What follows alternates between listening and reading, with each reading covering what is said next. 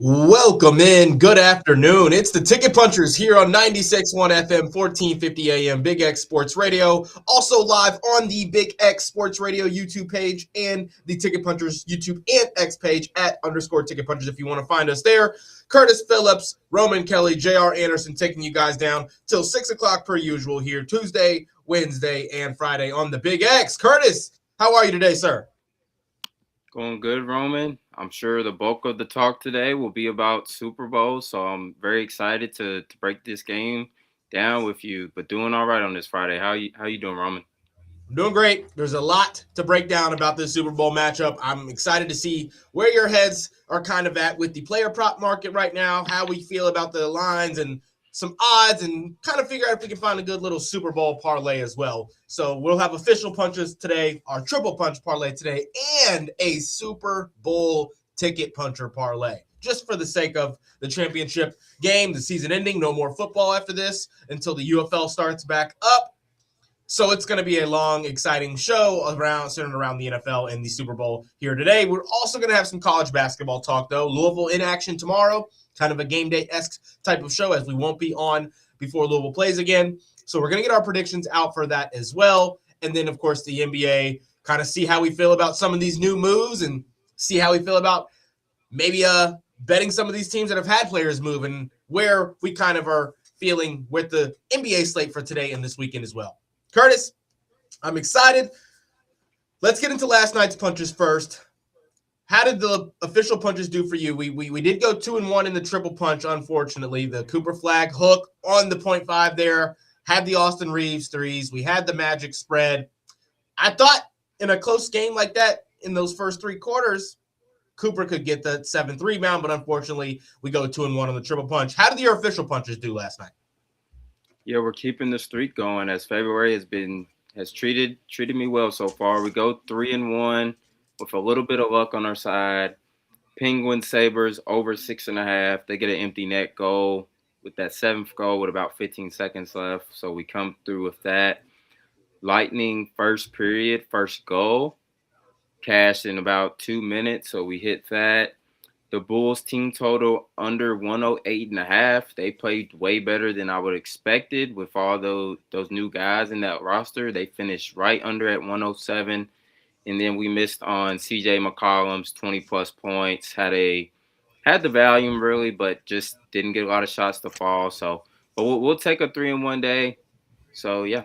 How about yours, Ron? 3-1, that's a positive night. That's a money-making night right there. Shout out to Philly Picks, a.k.a. Curtis Phillips Jr. giving the winners out on yesterday's show. I wasn't able to join, obviously. We had the three-man front yesterday that I was running around after the show before the Bellarmine women's game got started up. I did get some official punches sent out.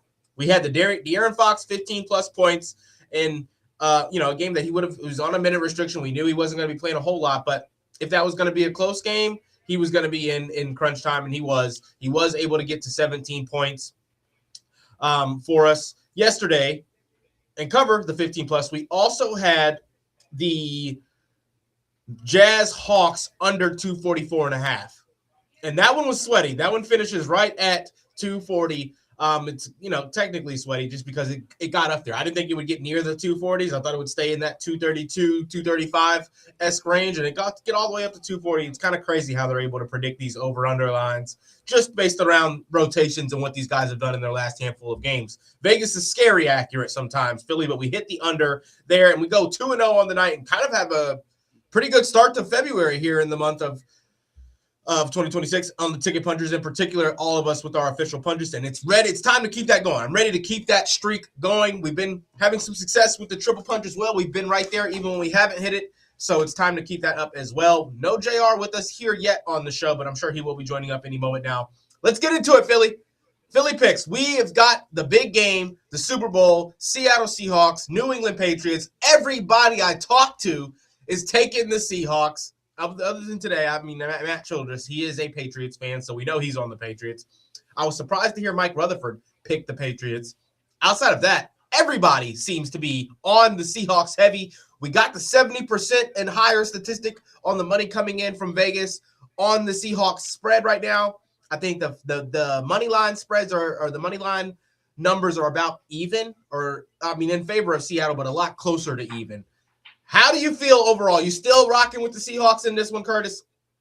I still am. It does make me worry, though, with everybody on the Seahawks. I thought it would be the other way around when these lines went out. I thought everybody would be on the Patriots. But no, it's flipped in the opposite direction that I would have saw. So I would assume a lot of sharp money will come in on the Patriots this weekend. I'm out on the side. If I bet Seahawks, it's gonna be live. So maybe they get down 3-7 in the game, and that's when I would want to take them. But I was not expecting everyone to be on the Seahawks. But I still feel the same that I did before these lines came out, and I think the Patriots they've played very well this season. I love what they've done, but I just think they've benefited from a easy schedule this year. And I think Seahawks, they've been the best team for quite a while now, in my opinion, the best overall team. And the Patriots just haven't impressed me on the offensive end. Specifically in the playoffs, they've went against some tough defenses, but they're going up against another tough defense. And I think this is the best overall team that they're going to face this entire season. So I do think Seahawks get it done. I'm a little worried on that 4.5 now, though, with literally everyone on it. So Vegas is not going to let themselves lose 70% of the bets. There's no way they're going to let the public win like that. I don't see it. If anything, Seahawks win this one by 4. With that much money coming in on a 4.5-point spread. Now, there's all these statistics coming out. We've seen a lot of short spreads, small spreads in the last handful of Super Bowls. I think this is the biggest since the Rams-Bengals, in which there was a similar spread, I believe, in that game, and a similar outcome where the Rams were able to cover. I keep going back and forth. I really do keep going back and forth in who I think wins the game, actually. I do think the Seahawks defense should prevail. I don't think the Patriots defense has been given enough credit, particularly in the playoffs. Yes, a couple of injuries on the Chargers. Look what they did against the Texans. Look what they've done against the Bengals side. Yes, there's no Bo Nix. Was Bo Nix going to be throwing for 250 yards in that game anyway? No. They have shut things down every time they've gotten the opportunity to. And I think that's kind of what more so my brain keeps leading with the ability for the Patriots to cover is the fact that it's warm weather, it's good weather. They don't have to worry about that. I doubt they have the better home crowd. With that being said, it's still a team that has been elite, even through their mishaps, through their struggles that they've had, and offensively, they've still gotten wins. Their defense has gotten stops, and they've gotten turnovers. So I don't like to take the take that Sam Darnold's due. Sam Darnold, we've seen him see ghost in these moments before. We've never seen him in the Super Bowl. We've never seen him look like this in games leading up into the playoffs, right? He folds. I keep having this feeling like because I've seen Sam Darnold fold, I will see it again. He's due now. Players grow out of those. Players mature, right? Players get to better teams as well. Yeah. I still think in a game like this, a close game situation, if there is a lot of passing for the Seahawks in this one, I do think the Patriots can get a takeaway and keep this game close. With that being said, if the Patriots aren't able to score like they've struggled here in their last handful of games outside of the Texans game, this is a Seahawks defense that takes advantage of those stops. They take advantage of those takeovers. They take advantage of good field positioning. So I do think they ultimately should have the advantage here. I just think the Patriots aren't getting enough credit on the defensive side. Here's where I'm rocking on terms of the teams and how the game outcome is, Philly. I want to hear what you think of this. Mm-hmm. I'm going to sprinkle on the New England Patriots money line just because I like that number for a plus money spot. I'm also going to take the New England over 20.5 team total points. I've heard like 4 different score predictions that all have New England right at 20, a lot of 23-20, 24-20, because I feel like a lot of people are starting to kind of come under this impression that much money coming in at 4.5, Vegas isn't going to let them win by 5. 4-point win here for the Seahawks, and I get that thinking. I think that still 21 points, Patriots can get to 21 points. Super Bowl, you need one score early in that first quarter. You need another field goal or 2 in that first half if you can, and then you're on path. I like the 20.5. I think they get there in a game where there's going to be a lot of nerves. Those defenses are going to be trying to feel each other out a little bit. That's the first official punch that I'm going to rock with in the Super Bowl is the over 20.5. I'm going to take the Patriots plus 6.5 and plus 3.5.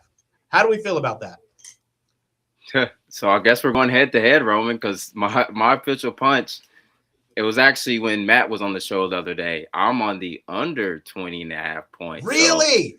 So we're going head to head. Yeah. Oh, wow. We haven't had a lot of head-to-head plays on the Ticket Punchers. I think we've had like 2 or 3 since we started in October 2025. There's only been 2, I believe. Me and JR had a imposing picks one night. I think you and I did as well once. Mm-hmm. Yeah. So it's the 3rd time I believe there's been opposing picks, but the first time it's the straight up same prop. For sure. You're taking it under 20.5. I'm taking the over 20.5. This is, I mean, we don't even have a way to decide who's more likely to be right there in this situation, Philly. Anything else that you were certain? Anything else you were certainly taking in this game, not player prop wise?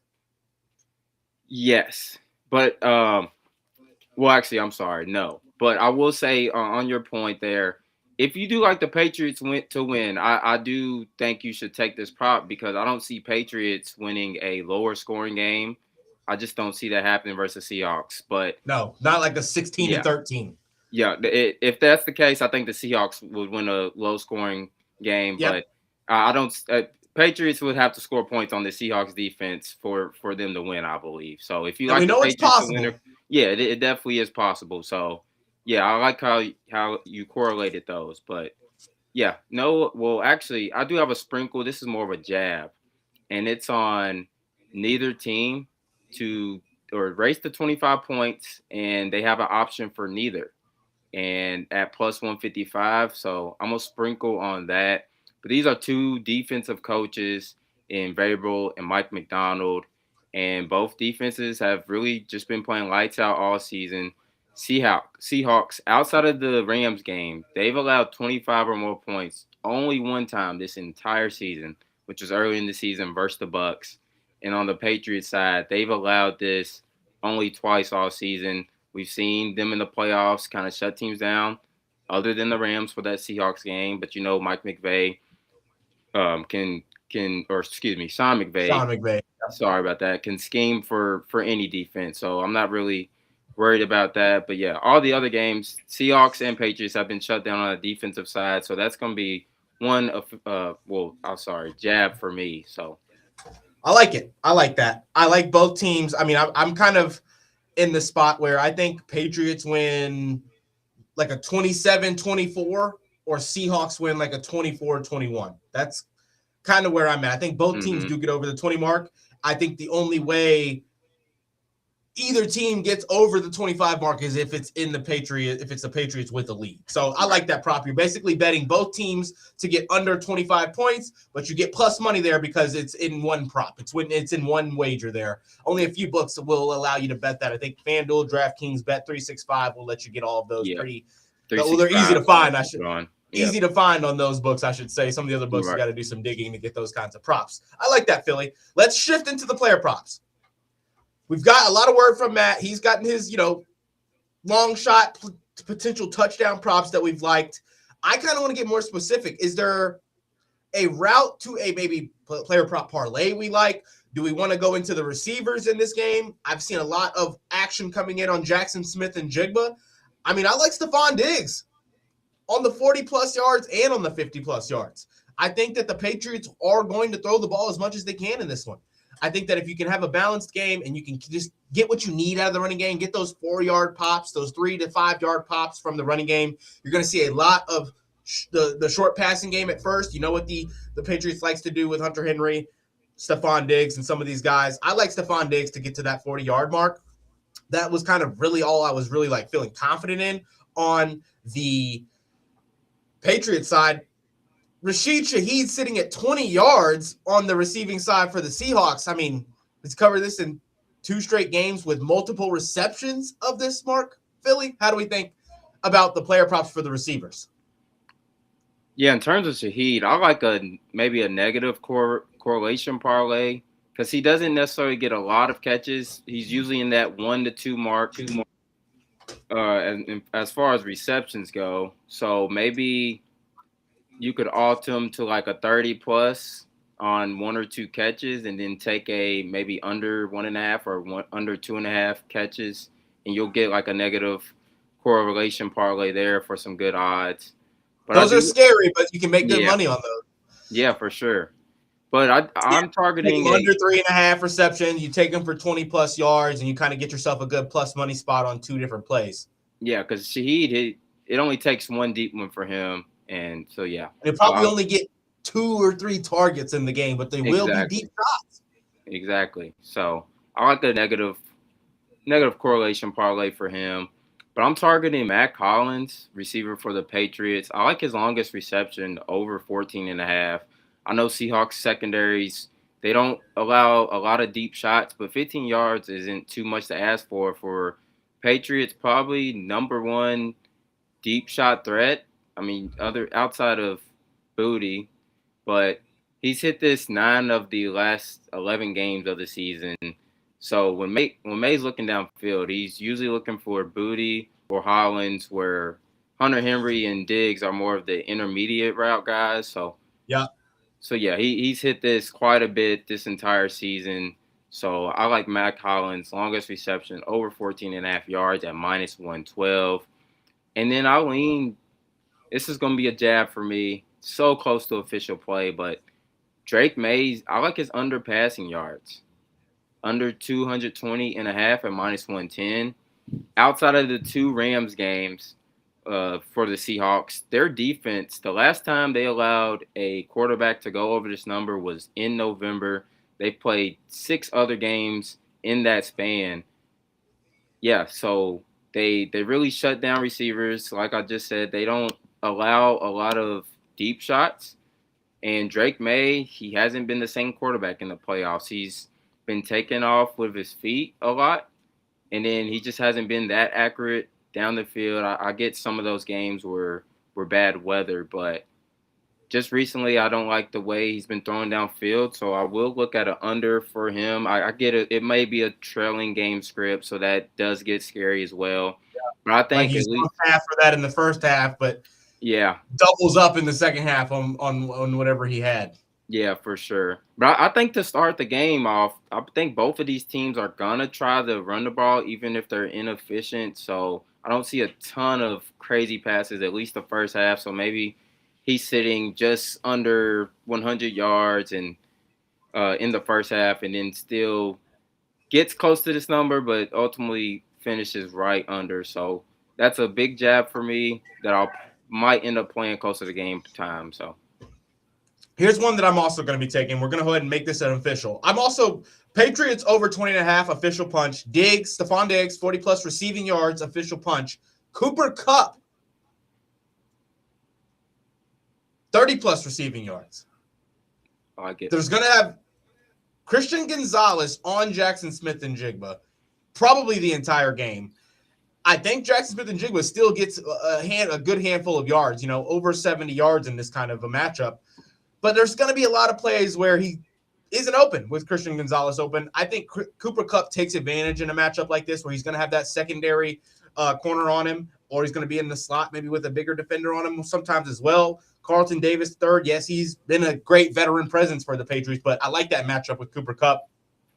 On the chance that there's still those handful of Jackson Smith-Njigba targets where he's just covered double team Kupp in those 5-yard passes that he turns into 10-yard gains that he's still able to do at his age. I like Cooper Kupp in the 30-yard plus spot. And like you just mentioned, both teams are going to continue to run the ball.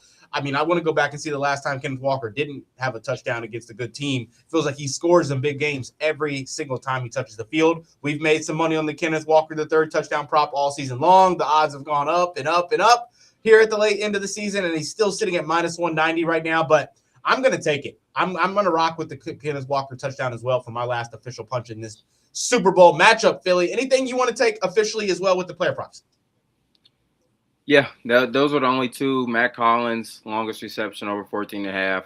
I'll go ahead and drop Drake Mays as an official punch as well, under that 220.5 mark. That's going to be another official punch for me. I like it. I like it. Now let's come up with each with I don't know when we're going to get JR in here on the stream. What's the one play in this one you love that it doesn't contradict anything we're believing here. We both can agree, I feel like, on a couple of different props. Let's get a little Super Bowl parlay going. Parlay, okay. So we just missing Cooper Kupp, so I'll start with him. I like his alternate receptions at 3+. Let me get the odds here. At -210, I love that for a parlay piece. He's had at least 4+ in both of the playoff games. Obviously, one of the few Seahawks players with Super Bowl experience, so I think they will get him the ball at least 3 times. So they're going to trust their vet. I love how you feel about Cooper Kupp, 3+ receptions. I like it.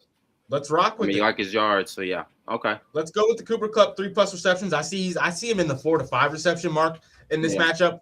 Probably under 50 yards still, right? In that short passing game, just taking what the defense is giving. Yep. Because, Jackson Smith-Njigba is going to be running those more intricate routes. So I like that. For mine, I want to keep it safe. They're going to have to throw the ball a little bit. I'm rocking with Stephon Diggs on an alternate line for his receiving, Philly. I don't know if they have the alternates back up or not yet. I saw them. Yeah, we've got the – they're only giving me the alternate receptions. Okay, I want to take the 35+, which I think we can maybe have to get that on a different book. The 40+ at -152, I feel like is a great spot on Diggs. I think that he will get 4 to 5 targets in this one minimum. He should probably be in the 6 to 7 target range, just because there is an opportunity for them to be playing behind. We know that this Seattle team's been straight to it in their last handful of games, putting points up on the board quickly. So that should allow for the Patriots to throw the ball a little bit more than expected in this one, going up against the best defense. Don't know how many yards they'll actually go and gain from that pass game, but I still think in the short passing game, Stephon Diggs should be able to get his, and I like him on the 40+ spot for the Super Bowl parlay. Do we like Kenneth Walker on the third prop for the touchdown? Yeah, we can sprinkle that on there. I like that. I like Kenneth Walker, touchdown, Cooper Kupp, 3+ receptions, Stephon Diggs, 40+ yards. If you can get that down to like 38.5, 37.5, somewhere as well, that they've got each alternate line, I would like that too. But that's a little bit of a Super Bowl parlay right there. Show goes quick, already down to the last 5 minutes of the show here, Philly. Let's get some officials out for the rest of the weekend. We've got a lot of NBA matchup tonight. A lot of the new guys for their new teams going to be in action tonight. We saw Anthony Simons in his first game with the Chicago Bulls get his point across, 22 points in an efficient night. Any officials in the NBA tonight or college basketball tonight, Philly, or tomorrow, Saturday? A lot of NBA or college basketball, top 25 teams in action on Saturday. Yeah, it definitely is. I'll start off with tonight, college basketball. This game tips off, I believe, here at 6, so about 7 minutes from now. I like Davidson minus the 10 points going up against Loyola. I guess you was looking at this too, Roman, today as you was doing your dig. But Loyola, not a great team this year, only 6 wins, and they haven't been good on the road. And outside of their 2 wins on the road, their 6 losses on the road have all been by double digits, all by at least 14+ points. Davidson already beat this Loyola team on the road by 15 points. So I think at home they can at least win by 11. So that's going to be an official punch for me in college basketball. And then in the NBA, I have one Jaden McDaniels over 19.5 points and rebounds. I like what he's been doing this year. He's been, I feel like, one of the most improved players, especially in his offensive game. And he's going up against a Pelicans team that doesn't really defend all that well. So, and Julius Randle is also questionable for this game. His numbers go way up when Randle is out. So that'll be a plus if Julius Randle ends up being ruled out tonight. So I think he can get to that 20+ points and rebounds mark at -122. Those will be 2 more officials for me. I like that. I was looking at the Davidson line. 10 is a lot. Loyola's bad, though. I ultimately stayed away just because of that 9.5 hook. I like that more in the 8 to 10 range for this amount for this one. And if I don't like anything held like safely over the mark of where the spread sits, I do stay away.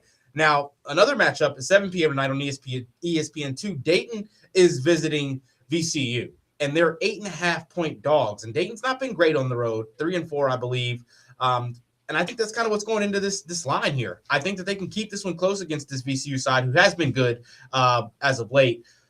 I still like this Dayton offense. They can put points up on the board when they're clicking. I think they can keep this close. I don't think they lose by 9 tonight against the VCU side. That's going to be official for me here in this one. I did have a couple in the NBA as well, Philly. First one that I'm rocking with in the NBA tonight is a player prop. I'm looking. I mean, I don't.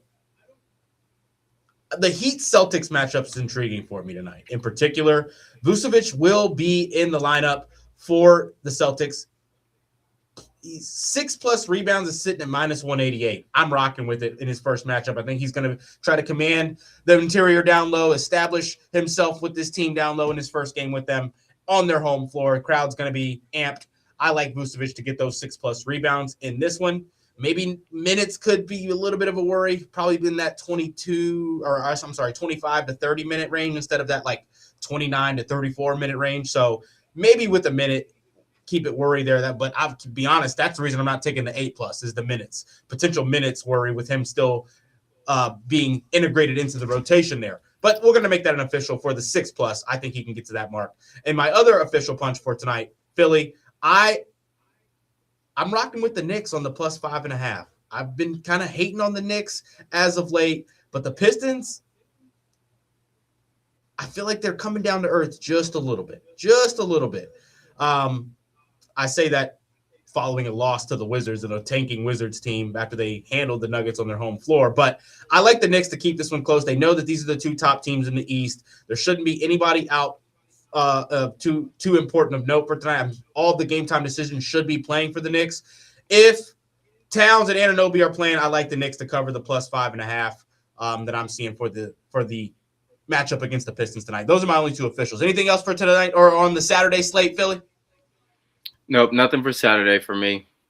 We're going to try to get a stream out Saturday as well, just a little bit more Super Bowl talk, and, of course, a lot of college basketball on tomorrow. See if we can get a daytime stream out on the Ticket Punchers X and YouTube page. But this is going to wrap us up. We've given our officials out. We're going to give our triple punch out here on the YouTube stream and on the X stream after our radio side of the things does end. We want to thank you guys so much for listening. We did get a text in on the Game Day Men's Health text line. It came from Dave, the teacher from Jeffersonville, Ticket Puncher Super Bowl edition. Don't let me down, boys. Also, why does Mike hate Shakespeare so much? I know my wise Ticket Punchers are a big fan of Willie Shakes. I'm a Shakespeare fan. I don't mind Shakespeare at all. I know that there's a lot of people who find it a little bit hard to read, hard to follow and understand sometimes, but I think it's entertaining. I think also I took a class on it early in college, and we had to like act and do Shakespeare and stuff, so I kind of found a love for it there, I think. Producer Matt texted in as well here, Philly. He says, Philly fading the hell out of the Pats. Only time I'm rooting against the Ticket Punchers. We knew that was coming in. We knew Matt was going to get his word in on that. But thank you all so much for sending your thoughts in on the Game Day Men's Health text line. And Philly, this is going to wrap us up here on the radio. Let's go punch those tickets. Let's punch those tickets. We'll catch you guys again here on the radio, 5:30 to 6 p.m. next Tuesday right here in the Big X.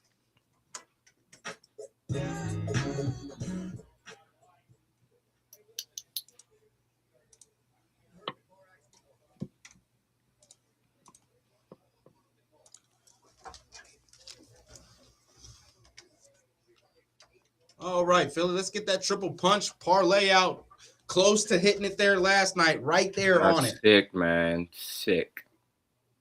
I had a soccer play for Saturday that I didn't give out, unfortunately. It's all good, though. You can give it out now. The YouTube side, if it's going to be official. I don't love tonight's slate. I might put something for the triple punch for this weekend's game. That's cool. I mean, I want to do another triple punch for tomorrow. Oh, okay, then never mind. Well, let's dig it. I just haven't found too much I like tonight. But no, hockey's rough. Yeah, that's rough. Really rough. For 3 weeks, man. Jeez. I'm going to drop Chelsea money line for Saturday at 10 a.m. They're on the road. I say on the road. It feels weird to say that. But they're visiting the Wolverhampton Wanderers. Wolverhampton's, bottom of the table, last team in the league. And they're not scoring a lot of goals. I think they're going to lose. And Chelsea at minus 154 against the worst team in the league. I get it's a Chelsea side who's kind of lacked their consistency this season. Yes, they're coming off the loss to Arsenal in the EFL Cup. But before that, great string of wins before they lost to Arsenal in the EFL Cup again. They haven't lost to a bad team since January 7th. That was Fulham, a match in which they had a red card. So I don't really put too much weight into that. Give me Chelsea money line on Saturday straight up. Chelsea, okay. All right, Philly, what you like for the triple punch? Still digging, man. Let's see if JR sent his or not. See if we can get that in on stream for you guys. He did get a text in just now getting out of training. Sorry, fellas, haven't had time for anything today. Been here since 7:30 a.m., so he hasn't even been able to do a dig. He's probably going to miss out on tonight's slate outside of live betting, unfortunately, then. Let's give out a little two-piece combo then, Philly, for tonight. Go ahead. No, you go ahead. My bad. For tonight, give me the Timberwolves minus 5.5. I took them earlier minus 8.5 on my run-in with Roman pick of the day. I like them on the minus 5.5, minus 6.5 for the triple punch piece. I'm rocking with the Wolves tonight. I like the Wolves. Yeah. Minus 5.5 and minus 154. Okay. Get down by 6 at the crib. All right, I'm going to go a scary little under here. Jalen Duren, under 10.5 rebounds at minus 130. Yes, I am fading the tenacious rebounder here. First, he's coming off. Well, first, he's questionable. Let's get that out. So he may not even play. He got hurt yesterday versus the Wizards. Only played 13 minutes. So that injury factor is part of the reason I'm playing an under. He might not be 100%. Re-aggravate something. But he's really just been inconsistent on the boards as of late. Anyways, well, outside the last 4 games. Last 4, 13, 10, 13, 13. But before that, 8, 6, 7, 15, 9, 8, 18, 5. It's just been all over the place. Cat's out tonight, but you still have Mitchell Robinson in the paint there to snag up rebounds. I think Josh Hart. Did they confirm him? Did they confirm he's out? Yeah. Or it says game time decision, I guess. But he's doubtful. So, yeah. Doubtful usually means out. It looks like he's not going to play. And Hart is probable, too. You know, he crashes the boards. I think rebounds can be limited for the rim. And he, like I said, he's already been inconsistent. So I don't think he reaches the 11 rebound mark tonight. So we're going to have a little sweaty under if he plays. I'm not mad at that. I'm not mad at a little sweaty under. Should be more Mitchell Robinson as well, right? So yeah, even tougher to get rebounds on. I like it. I like that little two-leg combo for you right there. Philly, no JR for us with us on the stream today, unfortunately. We will get some pics of his sent out if we can here on the X things. Probably won't get that two-leg posted. Or with an image. We'll just tweet that out as well. Yeah. So appreciate you guys listening. Shout out to you guys. Always tuning in with us here every day on the Ticket Punchers. Philly, let's go punch those tickets. Let's go make some money. Let's punch them. But before that, do we have any long shot props for the Super Bowl? You know, it's a lot of people that tend to not bet until it's Super Bowl time, and they like some fun little long shots. Have you got into looking at any novelty props or anything like that? Not crazy, not too much. I was thinking about a couple different correct score plays. Yeah, I know people always dabble into those on Super Bowl. Yeah, it's the only time I dabble is Super Bowl. Last year I dabbled in the national championship for the first time as well for the NCAA basketball March Madness run. But I like that. I don't necessarily like touchdown long shots. I like the game special long shots, you know? Yeah. like Jackson Smith and Jigma and Stephon Diggs to each record 10 plus receiving yards in each quarter. I don't think that's going to happen. Plus 5,500. That's crazy odds, and that's I think it's doable. Closer than plus 5,500. That sounds like more of a plus 3,500 prop to me. Yeah, I agree. Things like that I've been looking at. I want to look at the each team to score 1+ touchdown and 1+ field goal in each half at plus 1,600. They never hit, Philly.